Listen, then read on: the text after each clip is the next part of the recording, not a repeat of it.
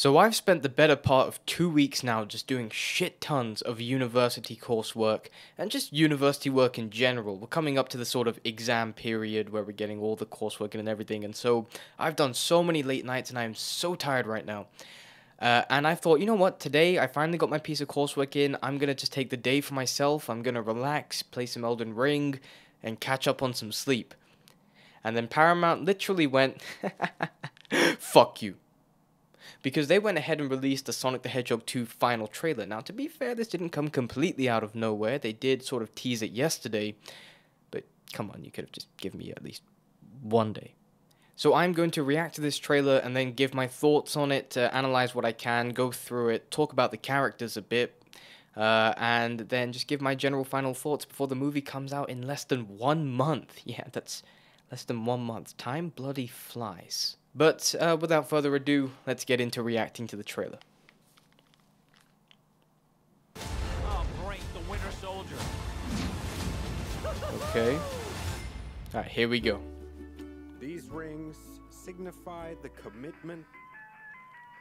So help me, Thomas. Of course, it's fucking green. Life or death situation, I need you to use the ring to save me, like right now. Okay, I like that Tom has the rings. That's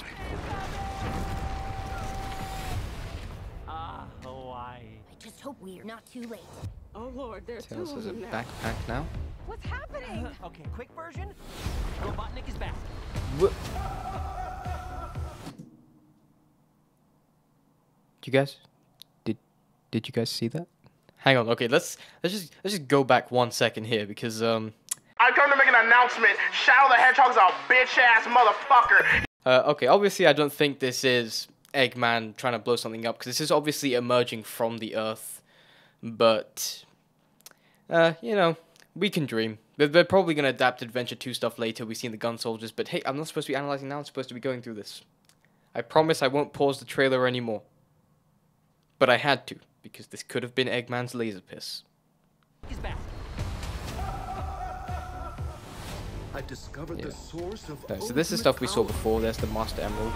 We need to get it back or the I world think is this doomed. might be Angel Island. That's definitely going to be Angel Island. This is the Mushroom Planet, I think. You rock some kind of It might be Mushroom Hill Zone.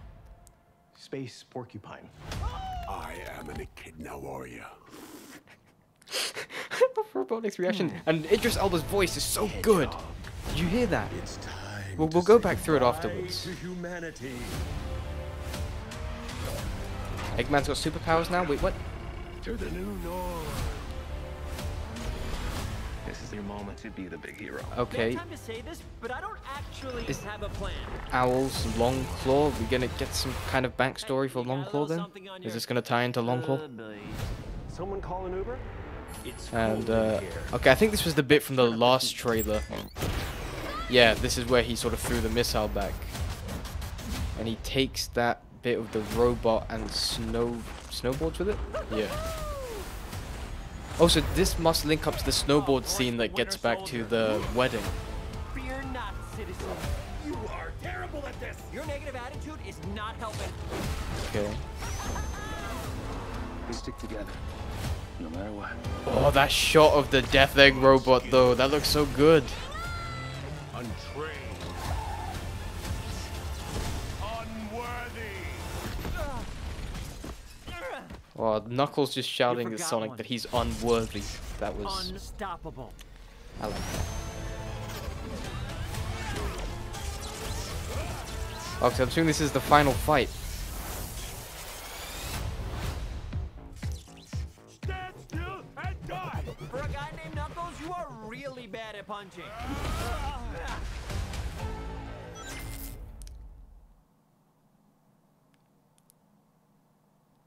Well, if I couldn't be more excited... God damn. God,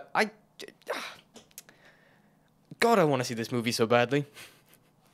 Okay, let's sort of do what I did last time and just go through this sort of bit by bit and just try and break it down and analyze it. And I'm also... I want to talk about the characters a bit as well. Again, I can't infer too much because all we've had is a few trailers.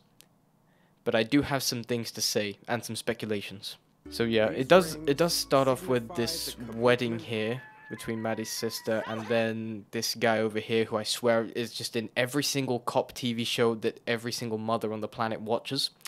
Uh, and then you gets interrupted with the Green Hill Zone theme, and of course it's fucking Green Hill Zone. I pretty much called it that they're not going to go a single movie without referencing Green Hill Zone, but this is a good way of referencing Green Hill Zone because it's just a little nod. You know, unlike something like Sonic fucking Forces, where you have 9 goddamn levels with Green Hill Zone. Yes, I know it includes some extra zones, but that's still no excuse to have 9 levels in Green Hill Zone.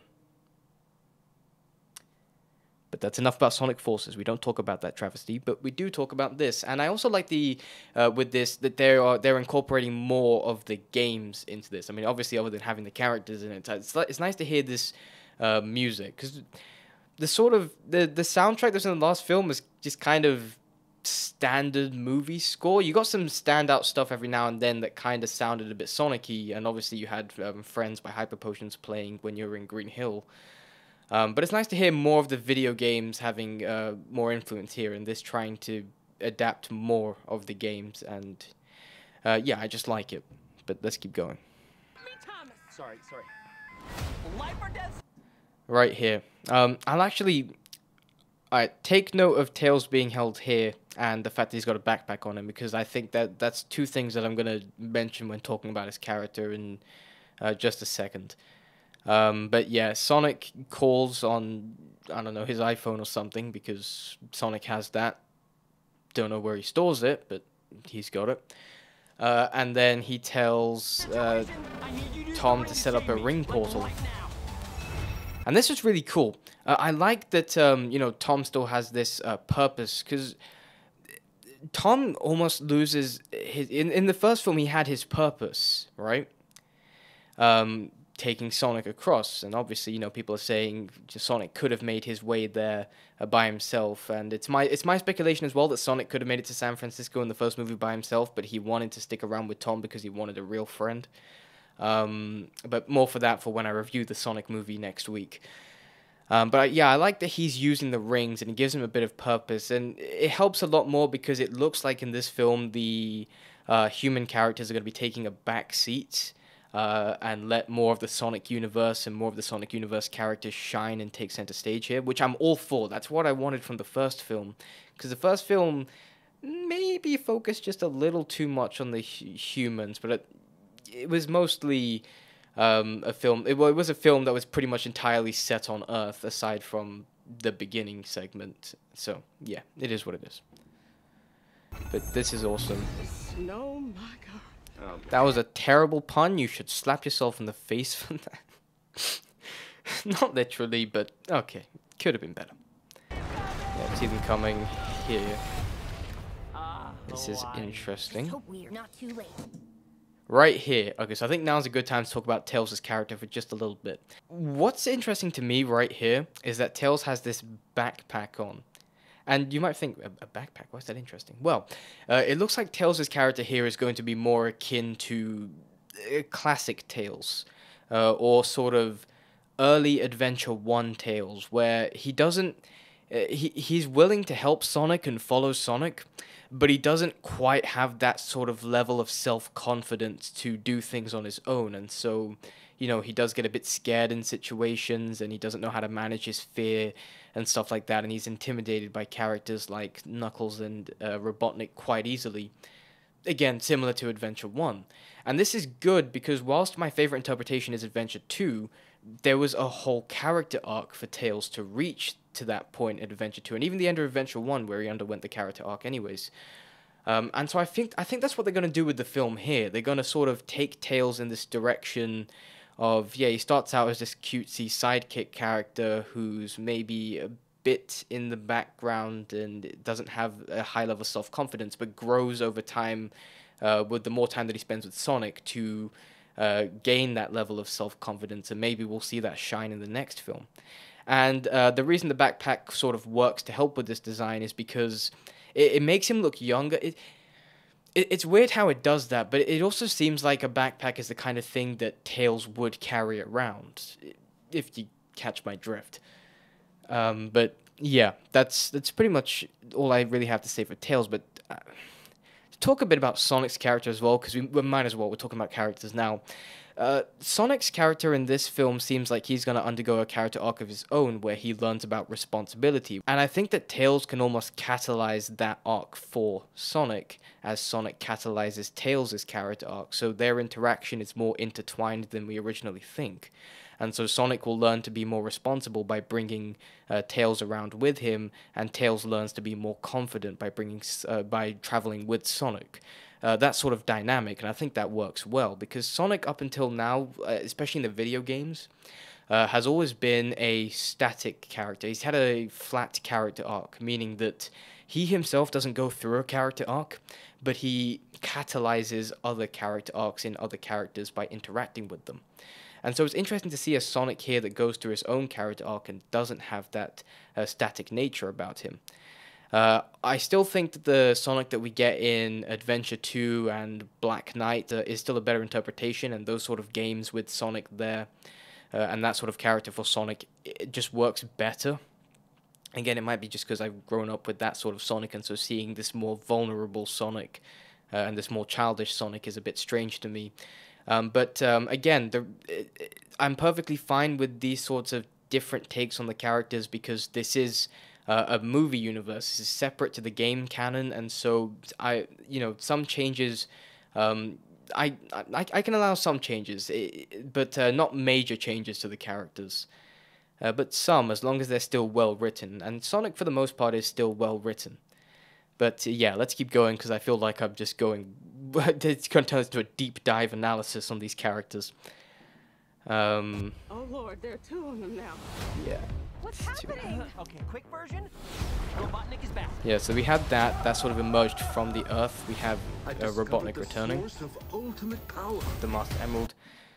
This shot right here, okay, that's a bit of a strange place to stop it, but this sort of beam that comes up, that might be the beam that sort of appeared out of the Earth just before. So maybe that's not Eggman's super laser piss, as the keen-eyed of us might have thought, but it's probably just all the energy shooting out of the Master Emerald, basically.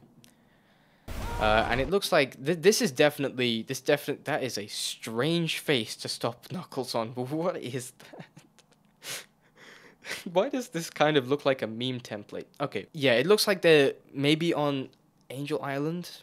Maybe. It definitely doesn't look like they're on Earth. I'll say that. It sort of looks a bit too colorful.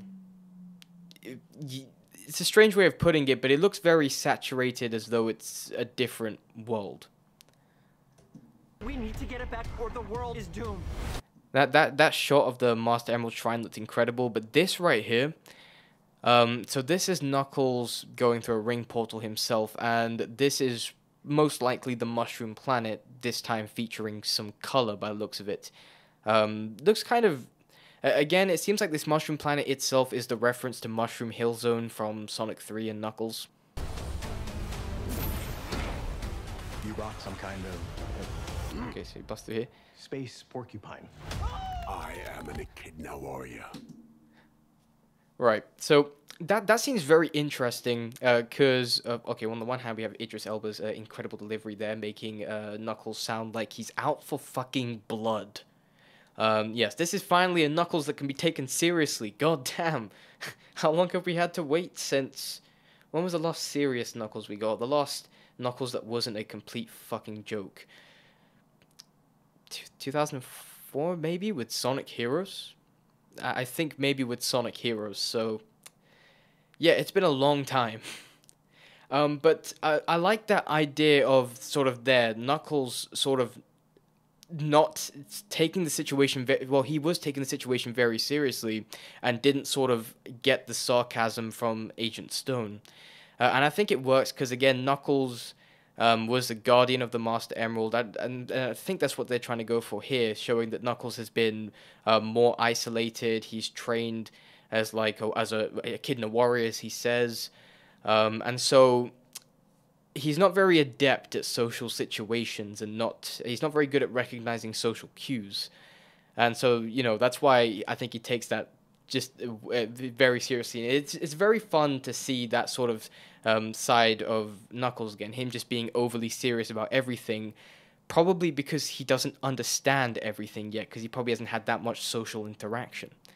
Yeah, and then we have Robotnik over here sipping on what I can only assume is a latte with steamed Austrian goat milk, because they are, in fact, in the same coffee shop that Agent Stone was in the last film, with the sort of Mean Bean Machine references.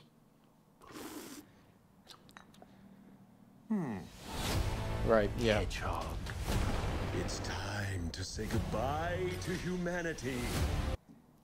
It's time to say goodbye to humanity.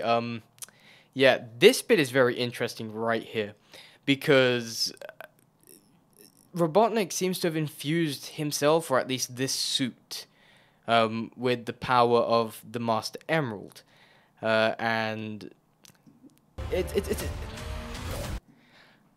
I don't know how to feel about it.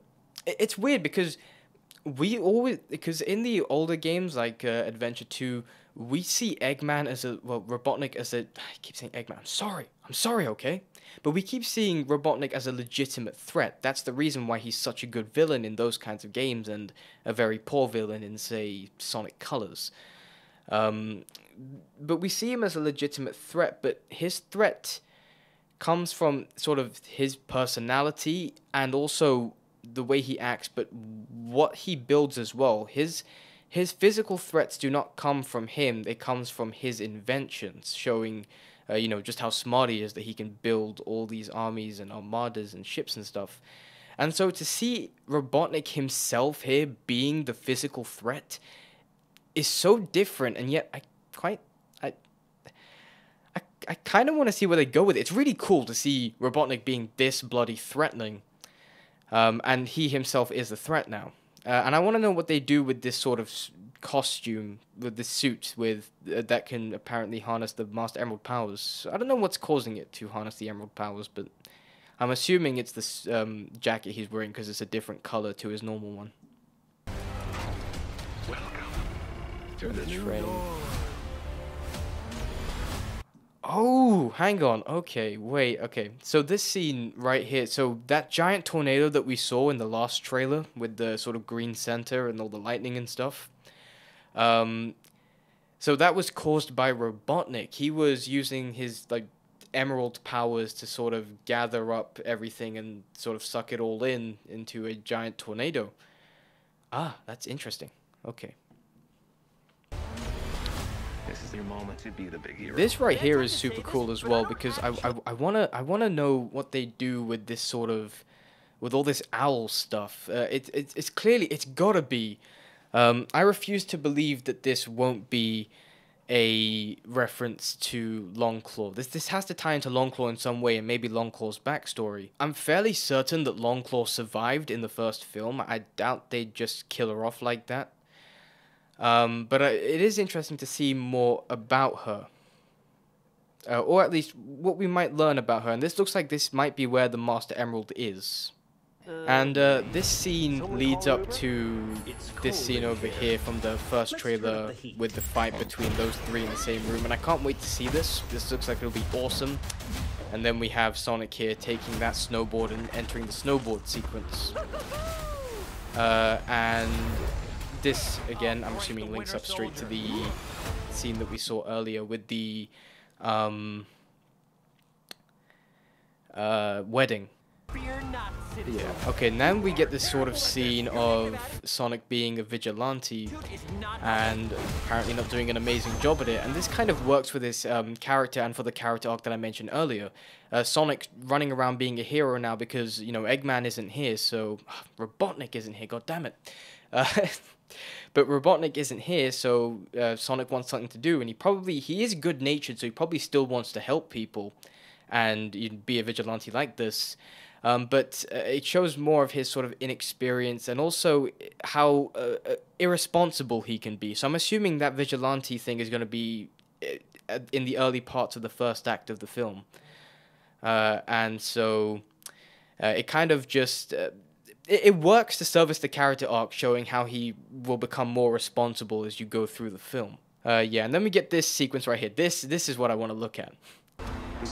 Right here. This shot with that fucking Death Egg robot in the back looks incredible. That Death Egg robot looks like it could deadlift the whole gym. This... that is a threatening looking machine. And also we see the Emerald here at the front. I'm assuming it's the Master Emerald, and we see a battered Sonic here who's probably struggling a lot now. He's not doing well against the Death Egg robot because it's so well built. And I love that this Death Egg robot, they didn't go with the Sonic Forces direction of the Death Egg robot and kind of have it look bare and not that interesting. And I like how they've, you know, actually supplemented the design from the Sonic 2 and just the normal Death Egg robot design, having it look like Eggman, again playing into the narcissism of the character, and also showing that you know, he has the capability to build, you know, such a threatening and destructive machine. It just works, and this, God, I love the look of it. It looks so good. No matter what. Right there, look at... So we see Sonic here holding the Master Emerald, right? But is that the Master Emerald, though? Because look at how small it is in Sonic's hand compared to the size of how big it was when it was in front of Robotnik. So there is a small chance that we may see the Chaos Emeralds in this. I don't think we're going to see Super Sonic. If I'm going to be honest with you, I feel like Super Sonic is the thing that they're going to save for the third film. You know, I think the extent we're going to go to with Sonic here is that sort of final fight with Knuckles. That's sort of how far it's going to be pushed. Unless Super Sonic is brought out to fight the Death Egg robot. But again, I don't know. I would love to see it happen, don't get me wrong, but I just don't think it will. Yeah, then they get him... Untrained. Unworthy. I love that line there from Knuckles going, "You're unskilled, you're untrained, and you're unworthy." And it works so well because it shows how Knuckles is sort of demeaning and belittling Sonic, and thinks that you know, Sonic isn't worthy at all. I'm assuming to, you know, be in possession of the Master Emerald because he is the Master Emerald Guardian. And so he's thinking, you do not deserve that, that belongs to me, and that's what catalyzes their fight. And we know that this Knuckles is going to be a bit gullible because he ends up working with Eggman, and I'm assuming at the end of the film, he's going to stop working with Eggman and then join Sonic, and then who knows what will happen in the third film. Maybe we'll start to get the adventure games being made into the films. But yeah, I really like that line there. It shows us more about Knuckles and shows us how he sees other people, mainly Sonic here, and how he just undermines Sonic as a character. You forgot one. Unstoppable. That did not fucking sync up. That did not fucking sync up. Don't even tell me that halfway synced up. That's clearly a different scene. So he's not saying unstoppable here. He's saying something else. Because that did not look right for the mouth movements. Just take a look at that again. Unstoppable. Like that looks like he was saying something else. Maybe that was just quickly edited for just this trailer to kind of throw off people. But yeah, it just didn't look right. We have Sonic running, and then we have the final fight sequence here, which looks so good. I love the clashing of the colors here, because you have this sort of like dark background here, and because the background is dark, it makes the colors that the Emerald, Sonic, and Knuckles are emitting much more saturated, and they're more present in the scene. And so it looks like, you know, it's using the colors as well as the characters to show a clash, and it works so well. And I just love the look of this.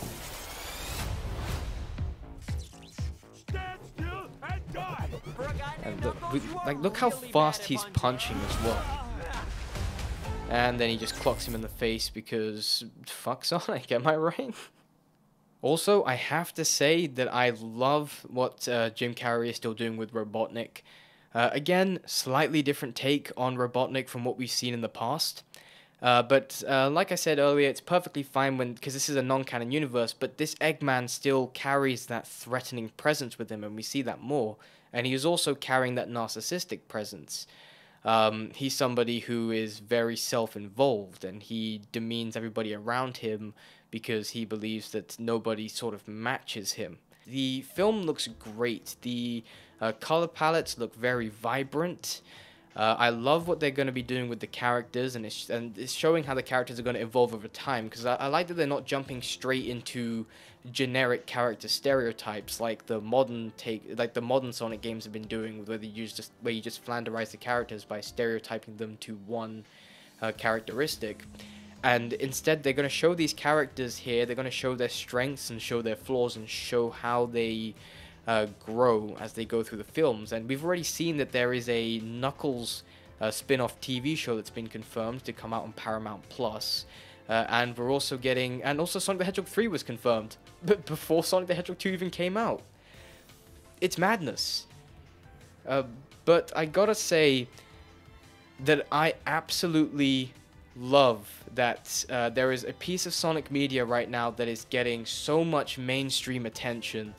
And I'm so happy and so excited, and I can't wait to watch this film, and I can't wait to put out my video on talking about this film. And I truly believe this is going to be the best video game film to have ever come out. I mean, look at it. Compared to everything else, this is fucking miles above, and especially compared to that piece of shit fucking Uncharted film that we just got. Seriously. Arguably one of the worst films I've ever watched in my life. But yeah, I think I've droned on for long enough, so what are your guys' thoughts on the trailer? What are your guys' thoughts on the movie? You know, it comes out in less than a month. I'd love to know. You know, let me know in the comments below. As always, I try my best to read all the comments and respond to all of them, but it gets pretty difficult at times because there are a lot of them now. Seriously though, can't thank you guys enough for all the support. It's been insane. We hit 20k subscribers, and I'm going to be celebrating that once exams are done. I promise you. Seriously. But yeah, thank you all for watching, and I'll see you guys next time.